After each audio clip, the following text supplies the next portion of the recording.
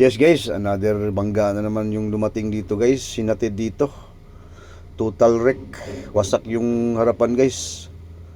Pati yung windshield. May gagawin na naman kami. Ayan. Sigurado na naman to. Mapapalaban na naman yung mga latero natin dito. Ito guys, ito yung blessings para sa mga latero at pintor. Pero sa mga may-ari, malas para sa kanila to. Pero sa amin, sa mga latero at sa mga pintor, trabaho to, biyaya to guys. Ayan guys, pinasilip ko lang sa inyo.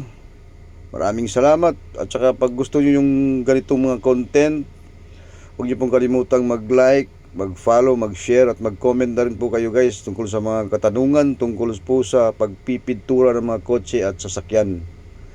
Wasak pa yung guys, yung buhay yung driver nito guys. Kasi sumabog yung airbag. Buhay pa yung driver nito. Hindi siya namatay. Kasi may safety. Bali sumabog yung airbag niya. Ito nga yung itsura niya. Wasak na wasak. Ayan guys, maraming salamat at God bless us all.